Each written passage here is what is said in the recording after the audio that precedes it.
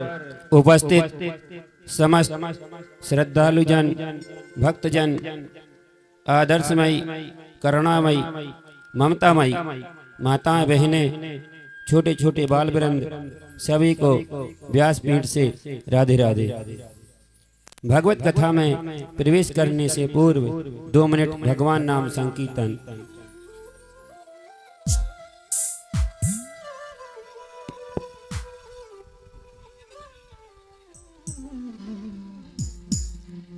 प्रथम निमंत्रण आपको गजानंद महाराज, प्रथम निमंत्रण आपको गजानंद महाराज, प्रथम निमंत्रण आपको गजानंद महाराज, प्रथम निमंत्रण आपको गजानंद महाराज। मेरा कीर्तन सफल बना दो, मेरा कीर्तन सफल बना दो, मेरा कीर्तन सफल बना दो, मेरा कीर्तन सफल बना दो। कर लो विनती स्वीकार, प्रथम निमंत्रण आपको गजानंद महाराज, ओ प्रथम निमंत्रण आपको गजानंद महाराज।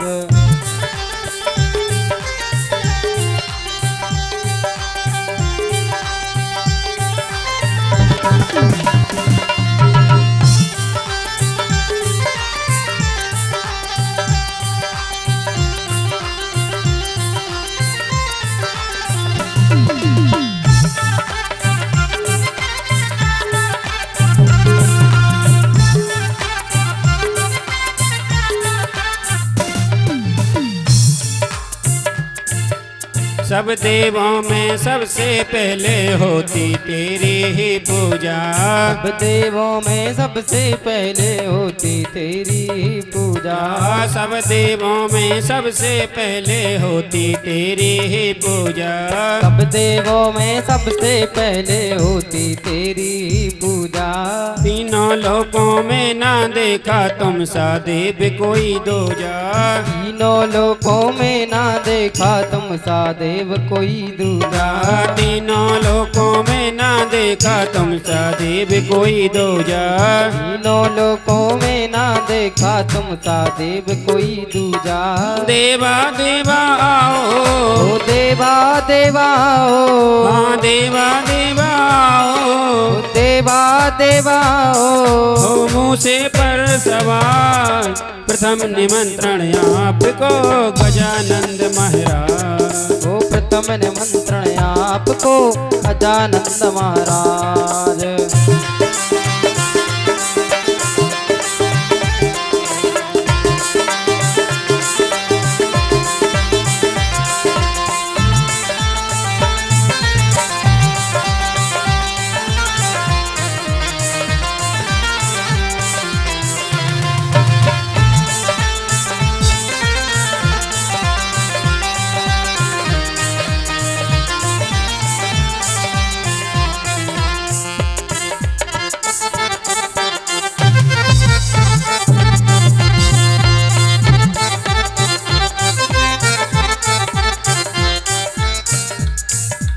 निर्बल को बल देने वाले कोड़न को देते काया, निर्बल को बल देने वाले गोड़न को देते काया, निर्बल को बल देने वाले कोड़न को देते काया, निर्बल को बल देने वाले कोड़न को देते काया।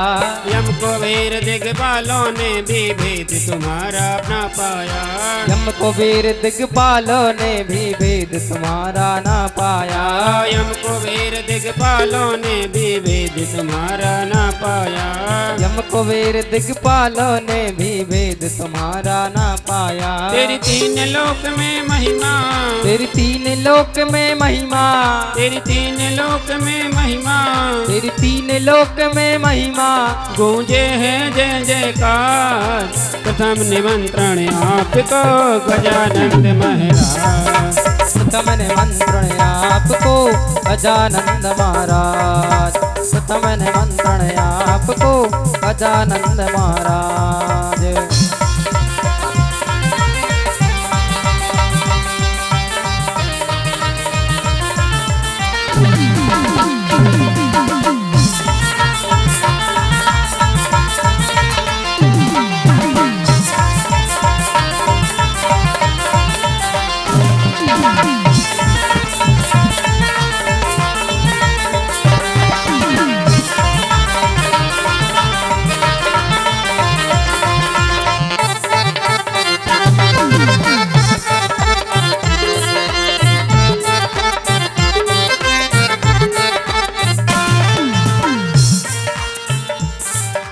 रिद्धि और सिद्धि के दाता आकर मान बढ़ा जाओ। रिद्धि और सिद्धि के दाता आकर मान बढ़ा जाओ। रिद्धि और सिद्धि के दाता आकर मान बढ़ा जाओ। रिद्धि और सिद्धि के दाता आकर मान बढ़ा जाओ। प्रेम भाव से करें प्रार्थना आकर भोग लगा जाओ। प्रेम भाव से करें प्रार्थना आकर भोग लगा जाओ। क्या सोचे रहे मन मौजी, क्या सोच रहे मन मौजी, क्या सोचे रहे मन मौजी, क्या सोच रहे मन मौजी। अब कैसा सोच विचार, प्रथम निमंत्रण आपको गजानंद महाराज। तमन मंत्रण आपको गजानंद महाराज। तमन मंत्रण आपको गजानंद महाराज। तमन मंत्रण आपको गजानंद महाराज। लुमा के बिहारी लाल की जय। श्रीमद् भागवत महापुराण की जय। रामलला सरकार की जय। हनुमान जी महाराज की जय हो। आज माला मानगढ़ की परम धरा पर श्रीमद् भागवत कथा का सप्तम दिवस भक्ति और आनंद के साथ प्रारंभ हो चुका है। कल आप लोगों ने श्री कृष्ण और रुक्मणी जी के विवाह का आनंद लिया। श्री कृष्ण और रुक्मणी जी के पुत्र प्रद्युम्न जी जब इनका जन्म हुआ तब सम्रासुर इनको सूतिका गृह से उठा करके ले गया।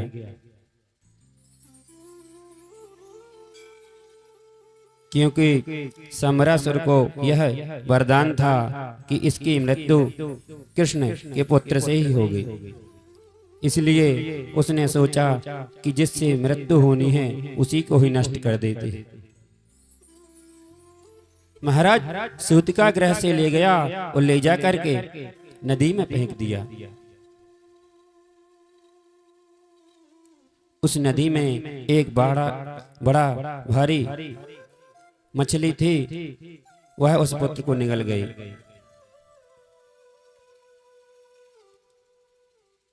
एक मछुआरे ने जाल फेंका जिसमें वह मछली उस जाल में फंस करके आ गई। मछुआरे ने वह मछली ले जा करके सम्रासुर की रसोई में भिजवा दी।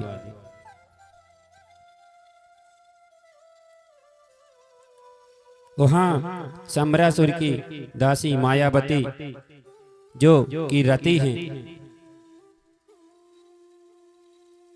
वह दासी का काम करती थी। रति ने उस मत्स्य को जैसे ही काटा तो उसमें एक पुत्र निकला।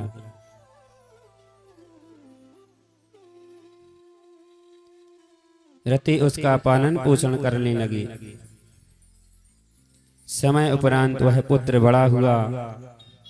एक दिन प्रद्युम्न जी ने मायावती से कहा कि रति, तुम मेरी माँ के समान हो और तुम कामिनी जैसा व्यवहार क्यों करते हो? तब रति ने बताया कि प्रभु, आप नारायण के पुत्र हैं और पूर्व जन्म में आप कामदेव थे और मैं आपकी पत्नी रति हूँ। संयोग से शिव शंकर के तीसरे नेत्र से भस्म होने के कारण तुम्हारा शरीर जो नष्ट हो चुका था अब प्रद्युम्न के रूप में पुनः प्रकट हुए हो। महाराज सम्रासुर बहुत मायावी था, इसलिए रति ने प्रद्युम्न को भी महामाया की विद्या सिखाई जो सभी मायाओं का अंत करने वाली है।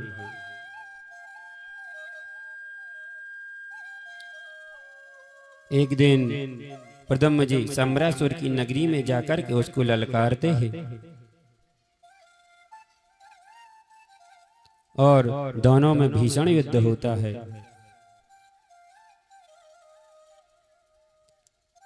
महाराज सम्रासुर ने बहुत सी मायाएं रची, लेकिन प्रद्युम्न ने महामाया विद्या से सभी विद्याओं को काट दिया और सम्भरासुर की मृत्यु हो गई। सम्भरासुर का उद्धार किया है। देवता फूलों की वर्षा करने लगे। अब रति प्रदम्भ को लेकर के भगवान कृष्ण की द्वारका नगरी में पहुंच गई और अंतःपुर में प्रवेश किया है।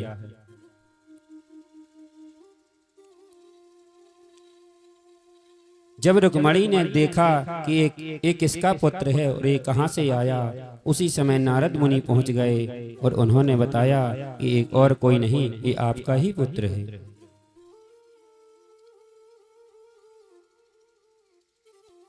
महाराज सत्यजित सूर्य के उपासक थे।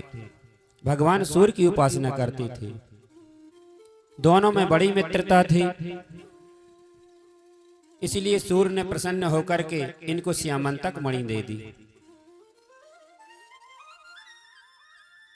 और श्यामंतक मणि का क्या प्रभाव, जहाँ ये मणि रहती है ना उधर अकाल पड़ता है, किसी भी प्रकार की रोग बीमारी आदि नहीं होती, ना तो धन की कमी रहती है। महाराज इस मणि का काम था कि ये प्रतिदिन 8 भार सोना देती।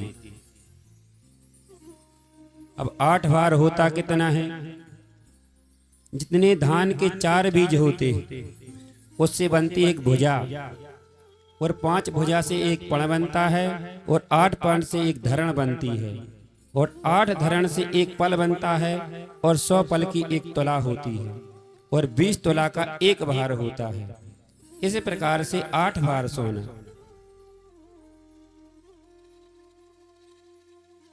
एक दिन की बात है, सत्यजित का भाई प्रसेन मणि को लेकर के जंगल में चला गया। जंगल में शिकार खेलने के लिए जाता है। वहीं पर एक सिंह ने प्रसेन को मार दिया और मणि छीन ली। और फिर सिंह को भी ऋक्षराज जामवंत ने मार दिया और मणि छीन करके ले गए। जब प्रसेन मारा गया तो सभी ने कहा कि ये मणि तो कृष्ण को प्रिय थी, जो इसी का किया धराया है, इन्हीं ने इसका वध किया।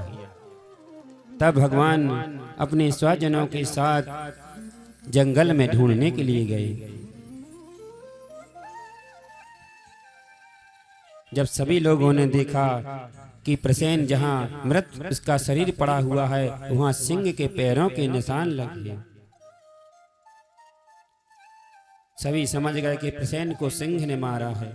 आगे जाकर देखते हैं तो सिंह भी मरा पड़ा हुआ है। तब सामने एक गुफा दिखती है। सभी लोग उसी गुफा में कि बाहर खड़े हो जाते हैं।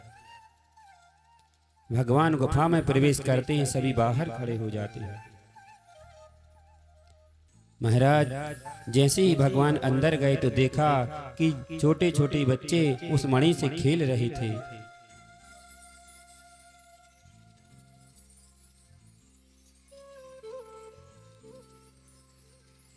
तब जामवंत और भगवान कृष्ण में युद्ध हुआ, क्योंकि वो पहचान न सके ये कौन है। दोनों में पहले अस्त्र शस्त्र से युद्ध हुआ। जब अस्त्र शस्त्र समाप्त हो गए तब तो शिलाओं से युद्ध करने लगे, और जब शिलाएं भी समाप्त हो गई तो महाराज वृक्षों से युद्ध करने लगे। अब जब वृक्ष भी समाप्त हो गए तो दोनों का मल्ल युद्ध प्रारंभ हो गया। महाराज 28 दिनों तक युद्ध चला है।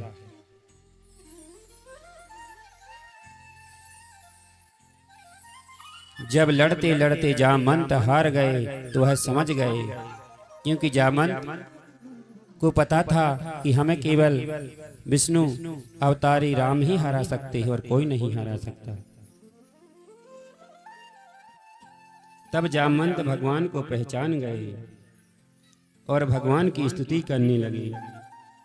जाने तम सर्वे भूतानां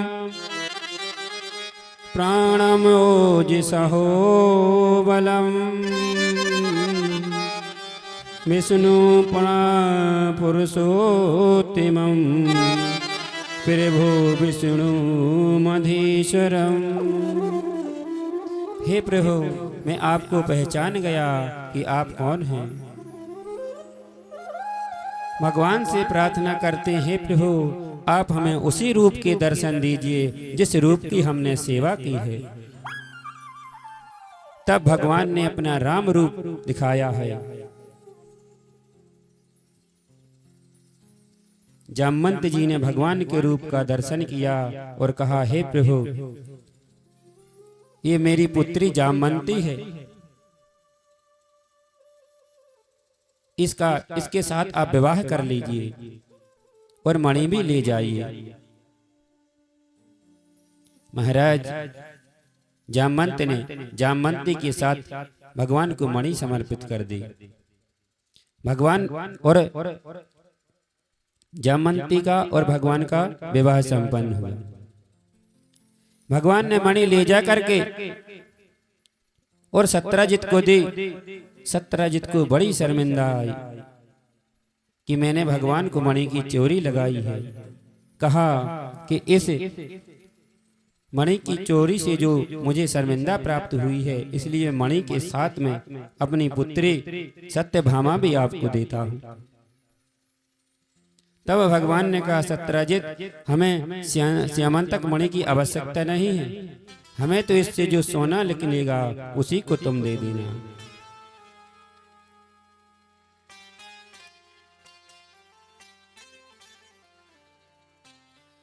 इस प्रकार से जामवंती और सत्यभामा का विवाह हुआ है।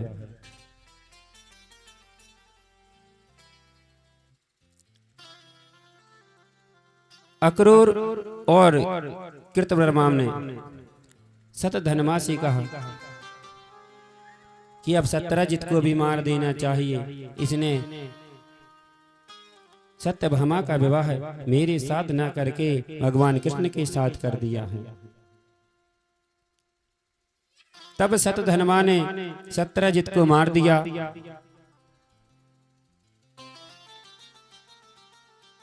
जब यह बात सत्यभामा को पता चली, तब उन्होंने भगवान कृष्ण से कहा कि सतधन्वा ने मेरे पिता को मार दिया है। तब भगवान बलराम और कृष्ण सतधन्वा के पीछे भागे। महाराज सतधन्वा मिथिला के निकट के वनों में भागा जा रहा था। वहीं उसका घोड़ा थक गया और वह नीचे गिर गया और वह पैदल ही भागने लगा। तब भगवान कृष्ण ने अपने सुदर्शन चक्र से सतधन्वा का सिर धड़ से अलग कर दिया और जब देखा तो उसके पास मणि नहीं थी। भगवान अपने घर को चल दिए।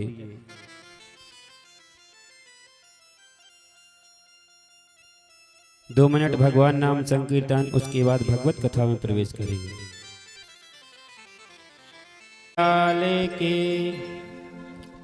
एक बार काशी नरेश के राज्य में वर्षा नहीं हो रही थी। उसी समय अक्रूर जी उनके राज्य में पहुंचे और भरपूर वर्षा हुई। तब भगवान समझ गए कि श्यामंतक मणि किसी और के पास नहीं, अक्रूर जी के पास है।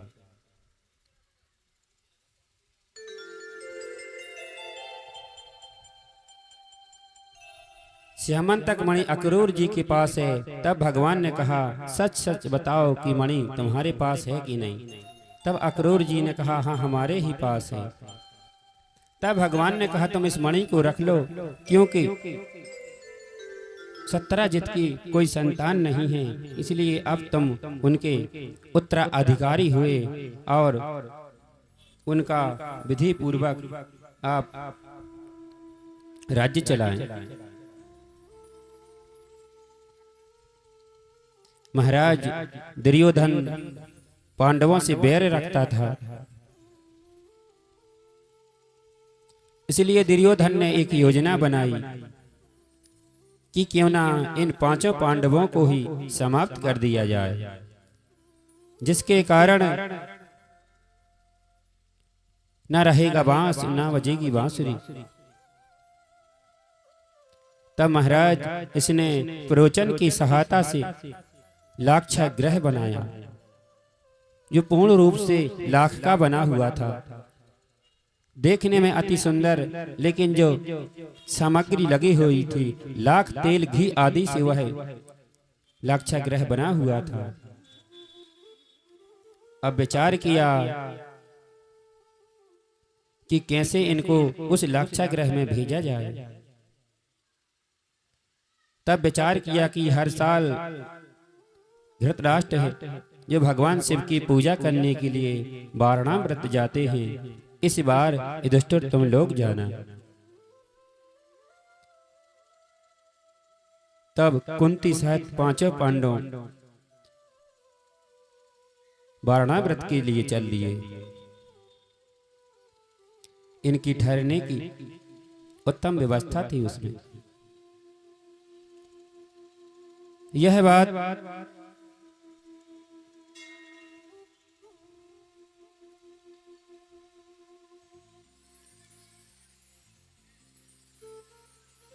इन्होंने यह योजना बनाई कि लाख के घर में ही इनको जलाकर भस्म कर दिया जाएगा।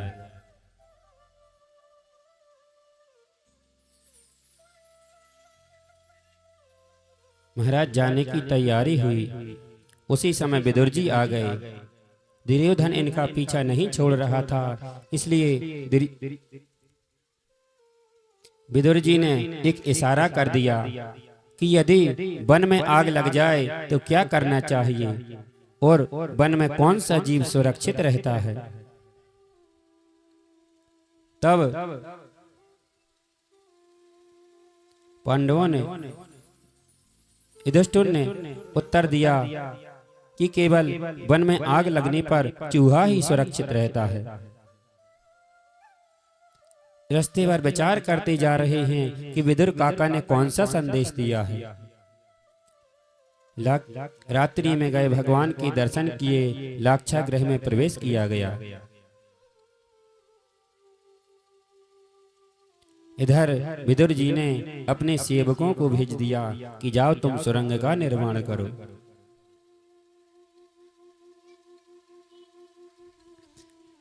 पांच लोग दुर्योधन ने इनकी सुरक्षा के लिए इकट्ठे कर रखे थे, जो अंदर से इनकी निगरानी कर रहे थे। विदुर के कहने पर कुछ नदी के उस तरफ से सुरंग खोद रहे थे,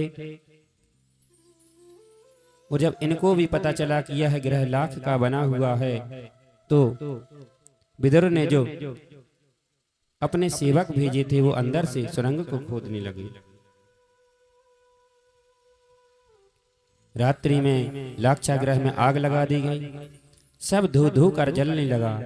पांडव उस सुरंग के जरिए वहां से बाहर निकल गए।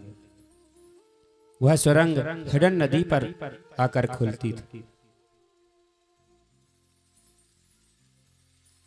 उसी समय पांडव थक हार करके सो रहे थे। रात्रि में उसी समय हिडिम नाम का राक्षस अपनी बहन हिडम्बा से कहता है कि आज बहुत भूख लगी है, तुम जाओ किसी का ताजा ताजा मांस लेकर के आ जाओ। वहीं कुंती अपने पांडवों के साथ सोई हुई थी। जैसे ही इनको मनुष्य की गंध आई और यह वहां पहुंच गई, लेकिन वहां जाकर के जब इसने भीम के रूप को देखा तो उसको भीम को देखकर के मोहित हो गई और अपना विचार बदल दिया, सुंदर युवती का रूप धारण कर लिया। तब उसी समय हिडिम आ गया कि बहन तुम यह क्या कर रही हो, मनुष्य है, तुम्हें मारने के लिए भेजा था। भीम और हिडिम्ब का युद्ध हुआ। उसमें हिडिम्बा ने भीम की युद्ध में सहायता की। भीम ने हिडिम्ब को मार दिया। हिडिम्बा ने प्रस्ताव रखा कि माता कुंती, हम आपके पुत्र से विवाह करना चाहते हैं। तब युधिष्ठिर ने कहा, धर्म के अनुकूल इन्होंने भीम की जान बचाई है, इसलिए इसकी मनोकामना पूर्ण करना हमारा कर्तव्य है। भीम कुछ दिनों वहीं रुके।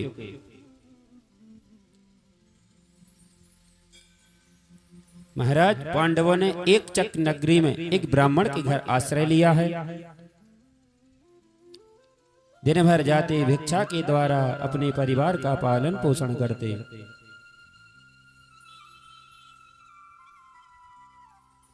एक दिन की बात है, एक बकासुर नाम का राक्षस था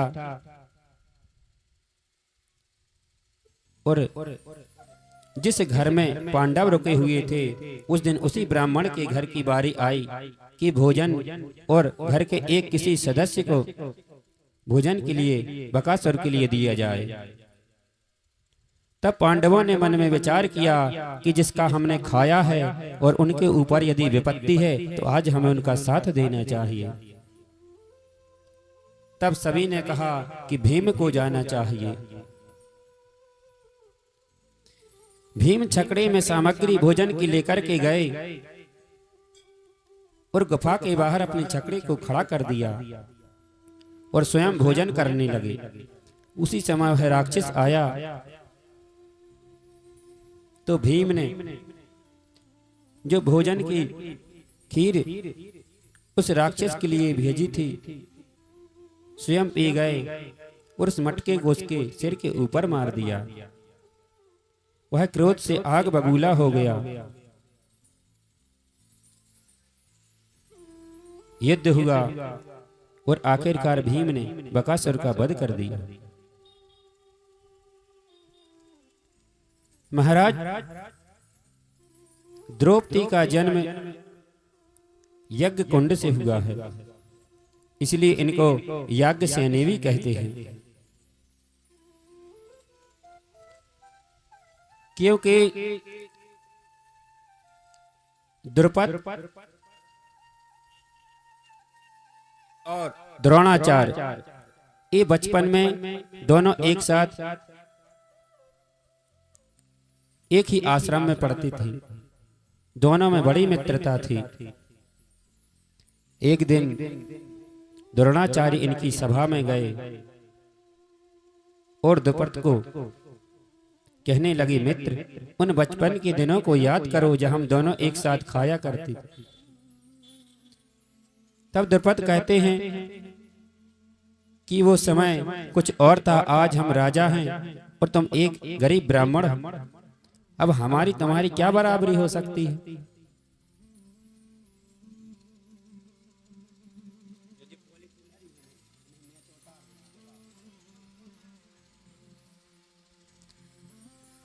तब द्रुपद ने कहा, हम राजा और तुम ब्राह्मण, तुम्हारी हमारी मित्रता अब नहीं है। मित्रता बराबरी वालों में होती है।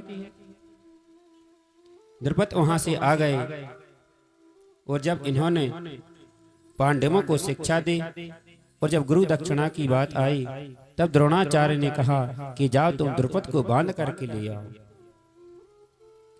पहली बार में दुर्योधन आदि सब कुछ गए, उनको द्रुपद ने मार करके भगा दिया। बाद में पांडव गए। अर्जुन ने महाराज द्रुपद को हरा दिया और नागपाश में बांध करके द्रोणाचार्य के सामने खड़ा कर दिया कि तुम्हारी गुरु दक्षिणा हो गई। द्रोणाचार्य ने कहा कि आज तुम्हारा राज छिन गया है, लेकिन हम उसमें से आधा राज तुमको देते हैं और आधा राज हमारा हुआ। अब तो बराबरी की बात हो गई। महाराज द्रुपद इस अपमान से खिन्न था, इसलिए उसने याज और उपयाज दो ऋषि थे जिनकी शरण ली। तब याज ने यज्ञ कराया। यज्ञ में द्रोण संहारक पुत्र धृष्टद्युम्न और जो अर्जुन जैसे वीर को ब्याहे ऐसी पुत्री पैदा हुई जिसका नाम द्रौपदी और याज्ञसेनी रखा गया। एक बार भगवान कृष्ण पांडवों से मिलने के लिए हस्तिनापुर गए।